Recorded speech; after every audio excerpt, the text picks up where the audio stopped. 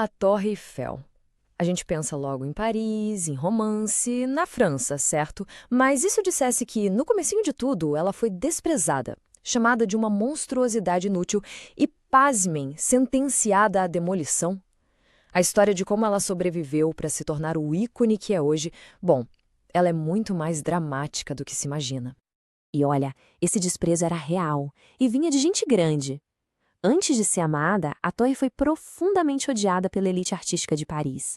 Eles a viam como inútil e monstruosa, achavam que aquela estrutura de ferro, um material industrial, bruto, ia desfigurar para sempre a elegância da cidade. Então, fica a grande pergunta, né? Como é que uma estrutura tão odiada virou o símbolo mais amado de Paris e da França inteira? É exatamente essa jornada que a gente vai desvendar agora. Nossa jornada vai ter 5 paradas. Primeiro, vamos entender por que ela foi construída. Depois, vamos mergulhar na polêmica que quase a derrubou. Aí a gente vai testemunhar a construção, que foi quase um milagre. Vamos descobrir como ela escapou da sucata no último minuto e, finalmente, celebrar sua coroação como a Dama de Ferro. Primeiro capítulo. Uma torre para uma festa. Porque, pode acreditar, a história da Torre Eiffel não começa com a ideia de um monumento para sempre, mas sim com uma baita celebração. Vamos lá. Em 1889, Paris ia ser o centro do mundo, sediando a Exposição Universal. A cidade precisava de algo espetacular para marcar a entrada, um símbolo do poder industrial da França. A solução? Uma torre gigante.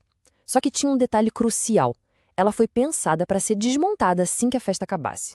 E a ambição era enorme. Não bastava ser alta, tinha que ser a estrutura mais alta do mundo. Com seus 300 metros, ela simplesmente dobrou a altura do recordista anterior, o Monumento de Washington. Foi a primeira construção humana a quebrar as barreiras de 200 e 300 metros. Era algo nunca visto. Mas claro, essa ousadia toda não agradou a todo mundo, não. Vamos agora para a grande polêmica que quase impediu a torre de existir. E aqui está o centro da briga. De um lado, os artistas viam um monstro de ferro. Do outro, o engenheiro Gustave Eiffel, ele via o futuro. Para ele, a torre não era uma cicatriz na cidade, mas um hino, uma celebração da era da ciência e da indústria. E a oposição foi pesada, organizada. O tal Comitê dos 300, com as maiores figuras da cultura francesa, publicou uma carta aberta detonando a torre. Chegaram a chamar de chaminé de fábrica trágica e uma mancha de tinta odiosa no céu de Paris. Apesar de todo esse barulho, o Eiffel foi incensante. E o que aconteceu em seguida? Bom, foi uma das maiores proezas de engenharia da história. Uma verdadeira corrida para o céu. A construção foi impressionantemente rápida. Em apenas 2 anos, 2 meses e 5 dias, a estrutura principal estava de pé. Para a gente ter uma ideia, isso é mais rápido do que muitos arranha-céus modernos, só que feito com a tecnologia lá do século XIX. É de cair o queixo. Para entender o tamanho da obra, vamos aos números. Primeiro, 7.300 toneladas de ferro. Isso é o peso de mais ou menos uns 1.200 elefantes.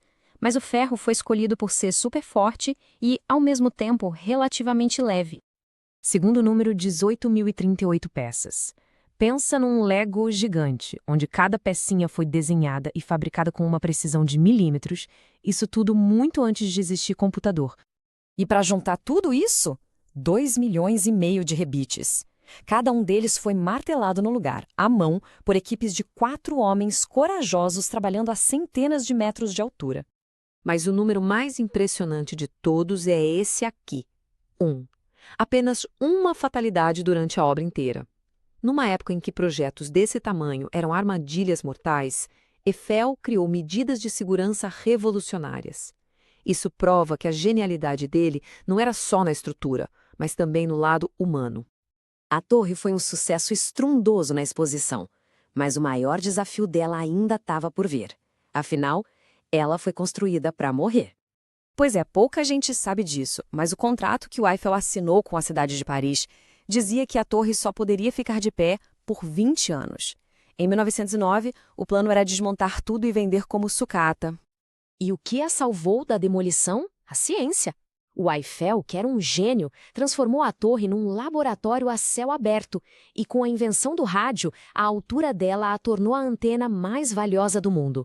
A torre, que antes chamavam de inútil, de repente se tornou essencial para a comunicação global. E a vida dela, a partir daí, foi uma aventura e tanto.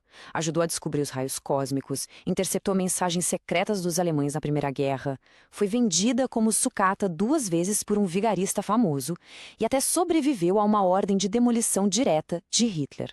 Ela não era mais só uma estrutura, era uma sobrevivente. E agora a gente chega no capítulo final. Como essa sobrevivente se tornou uma lenda. Com o tempo, a percepção mudou completamente. Aquela monstruosidade ganhou um apelido carinhoso, La Dame de Fer, a Dama de Ferro. Ela deixou de ser só ferro e parafuso para virar uma personagem, o coração que pulsa na identidade de Paris. E a popularidade dela explodiu. Mais de 250 milhões de pessoas já subiram na torre desde que ela abriu. Para colocar isso em perspectiva, é como se toda a população do Brasil e mais um pouco já tivesse visitado a torre. E assim, a transformação se completou. De uma atração de feira temporária, ela se tornou um monumento histórico protegido, parte do patrimônio mundial da Unesco. A permanência dela, que um dia foi incerta, agora é para sempre. Essa saga da Torre Eiffel nos deixa com uma reflexão, né? O que será que transforma uma obra, ainda mais uma que foi tão rejeitada no início, em algo atemporal? Talvez seja uma mistura de visão ousada, uma utilidade que ninguém esperava e, claro, a capacidade de capturar a imaginação do mundo inteiro.